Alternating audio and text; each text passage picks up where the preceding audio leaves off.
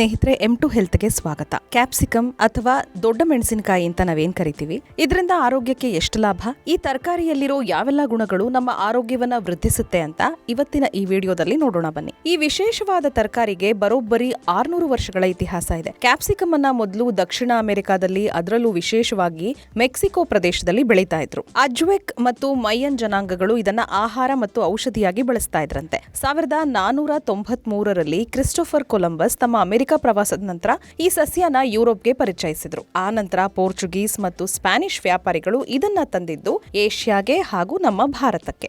ಭಾರತದಲ್ಲಿ ಇದು ನಿಧಾನವಾಗಿ ವಿವಿಧ ಅಡುಗೆ ಪದಾರ್ಥಗಳಲ್ಲಿ ಬಳಕೆಯಾಗ್ತಾ ಹೋಯಿತು. ವಿಶೇಷವಾಗಿ ನಗರ ಪ್ರದೇಶಗಳಲ್ಲಿ ಇದನ್ನ ಹೆಚ್ಚಿನ ಜನ ಹೆಚ್ಚು ಬಳಸೋಕೆ ಶುರು ಮಾಡಿದ್ರು. ಈ ಕ್ಯಾಪ್ಸಿಕಮ್ ಅನ್ನೋ ಪದ ಗ್ರೀಕ್ ಭಾಷೆಯ ಕ್ಯಾಪ್ಟೋ ಅನ್ನೋ ಪದದಿಂದ ಬಂದಿದೆ. ಇದರ ಅರ್ಥ ಕಚ್ಚುವುದು ಅಥವಾ ತೀಕ್ಷ್ಣ ರುಚಿ ಅಂತ. ಹಸಿರು ಬಣ್ಣದ ಕ್ಯಾಪ್ಸಿಕಮ್ ನಮಗೆ ಕಾಮನ್ ಆಗಿ ನೋಡೋಕ್ ಸಿಗುತ್ತೆ. ಆದ್ರೀಗ ಕೃಷಿ ತಂತ್ರಜ್ಞಾನದಿಂದ ವಿವಿಧ ರುಚಿ ಹಾಗೂ ಬಣ್ಣಗಳ ಜಾತಿಗಳನ್ನ ಅಭಿವೃದ್ಧಿ ಪಡಿಸಲಾಗಿದೆ. ಹೀಗಾಗಿ ನಾವೀಗ ಹಳದಿ, ಕೆಂಪು, ತಿಳಿ ಕಿತ್ತಳೆ ಬಣ್ಣದ ದೊಡ್ಡ ಮೆಣಸಿನಕಾಯಿಗಳನ್ನ ನೋಡಬಹುದು. ಇನ್ನು ಭಾರತದಲ್ಲಿ ಕರ್ನಾಟಕ, ಹಿಮಾಚಲ ಪ್ರದೇಶ, ಮಹಾರಾಷ್ಟ್ರ ಹಾಗೂ ತಮಿಳುನಾಡಿನಲ್ಲಿ ಇದನ್ನ ಹೆಚ್ಚು ಬೆಳೆಸಲಾಗ್ತಿದೆ. ಹೋಟೆಲ್ ಹಾಗೂ ಫಾಸ್ಟ್ ಫುಡ್ ಅಡುಗೆಗಳಲ್ಲಿ ಇದಕ್ಕೆ ಸಿಕ್ಕಾಪಟ್ಟೆ ಡಿಮ್ಯಾಂಡ್. ಚೈನೀಸ್ ಅಡುಗೆಗಳಲ್ಲಂತೂ ಕ್ಯಾಪ್ಸಿಕಮ್ ಇರಲೇಬೇಕು. ಇನ್ನು ಸಲಾಡ್ಗಳಲ್ಲಿ ಕೂಡ ಇದಕ್ಕೆ ಅಗ್ರಸ್ಥಾನ ಅಂತ ಹೇಳ್ಬೋದು. ಪಿಜ್ಜಾ, ಸ್ಯಾಂಡ್ವಿಚ್ಗಳಲ್ಲಿ ಅದರ ರುಚಿ ಮತ್ತು ಬಣ್ಣ ಹೆಚ್ಚಿಸೋಕೆ ಕ್ಯಾಪ್ಸಿಕಮ್ನ ಬಳಸ್ತಾರೆ. ಸೂಪ್ ಮತ್ತು ಸಾಸ್ಗಳಲ್ಲೂ ಇದರ ಉಪಯೋಗ ಇದೆ.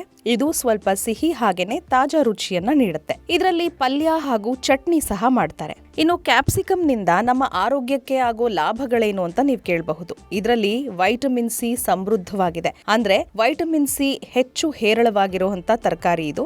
ರೋಗ ನಿರೋಧಕ ಶಕ್ತಿಯನ್ನ ಇದು ಹೆಚ್ಚಿಸುತ್ತೆ. ಕಣ್ಣಿನ ಆರೋಗ್ಯಕ್ಕೆ, ಕಣ್ಣು ದೃಷ್ಟಿಗೆ ಇದು ಬಹಳ ಒಳ್ಳೆಯದು. ಇದರಲ್ಲಿರೋ ವೈಟಮಿನ್ ಎ ಮತ್ತು ಆಂಟಿ ಆಕ್ಸಿಡೆಂಟ್ಗಳು ನಮ್ಮ ಕಣ್ಣುಗಳಿಗೆ ರಕ್ಷಣೆಯನ್ನ ನೀಡ್ತವೆ. ಹಾಗೇನೆ ತೂಕ ಇಳಿಕೆಗೂ ಕೂಡ ಇದು ಸಹಕಾರಿ. ಇದರಲ್ಲಿ ಕಡಿಮೆ ಕ್ಯಾಲರಿಗಳಿರೋದ್ರಿಂದ ಇದು ಡಯಟ್ಗೆ ಉತ್ತಮವಾದಂತಹ ವೆಜಿಟೇಬಲ್. ಹೀಗಾಗಿನೇ ಸಾಕಷ್ಟು ಜನ ಡಯಟ್ ಪ್ರಿಯರು ಇದನ್ನ ಬಳಸ್ತಾರೆ. ಇನ್ನು ಹೃದಯದ ಆರೋಗ್ಯ ಅಂತ ಬಂದಾಗ ಇದು ಉತ್ತಮವಾಗಿ ಕೆಲಸ ಮಾಡುತ್ತೆ. ಯಾಕೆ ಅಂತ ಹೇಳಿದ್ರೆ ರಕ್ತದ ಒತ್ತಡ ಮತ್ತು ಕೊಲೆಸ್ಟ್ರಾಲ್ ನಿಯಂತ್ರಣಕ್ಕೆ ಇದು ಸಹಾಯ ಮಾಡುತ್ತೆ. ಜೊತೆಗೆ ನಮ್ಮ ಚರ್ಮದ ಆರೋಗ್ಯದ ಸುಧಾರಣೆಗೂ ಕೂಡ ಇದು ಸಹಕಾರಿಯಾಗುತ್ತೆ. ನಮ್ಮ ಚರ್ಮದ ಹೊಳಪನ್ನ ಹೆಚ್ಚಿಸುತ್ತೆ. ಜೊತೆಗೆ ಅದರಲ್ಲಿ ಕೊಲಾಜಿನ್ ಉತ್ಪಾದನೆಗೂ ಕೂಡ ಇದು ನೆರವಾಗುತ್ತೆ. ಇನ್ನು ಕ್ಯಾಪ್ಸಿಕಮ್ ನಲ್ಲಿ ಸಾಕಷ್ಟು ಪ್ರಮಾಣದಲ್ಲಿ ಫೈಬರ್ ಇರೋದ್ರಿಂದ ಇದು ನಮ್ಮ ಜೀರ್ಣಕ್ರಿಯೆಗೆ ಸಹಾಯಕವಾಗಿ ಕೆಲಸ ಮಾಡುತ್ತೆ. ಇದರಲ್ಲಿರೋ ಆಂಟಿ ಆಕ್ಸಿಡೆಂಟ್ ನಮ್ಮ ದೇಹದ ಕೋಶಗಳನ್ನ ಹಾನಿಯಾಗದಂತೆ ರಕ್ಷಿಸುತ್ತೆ.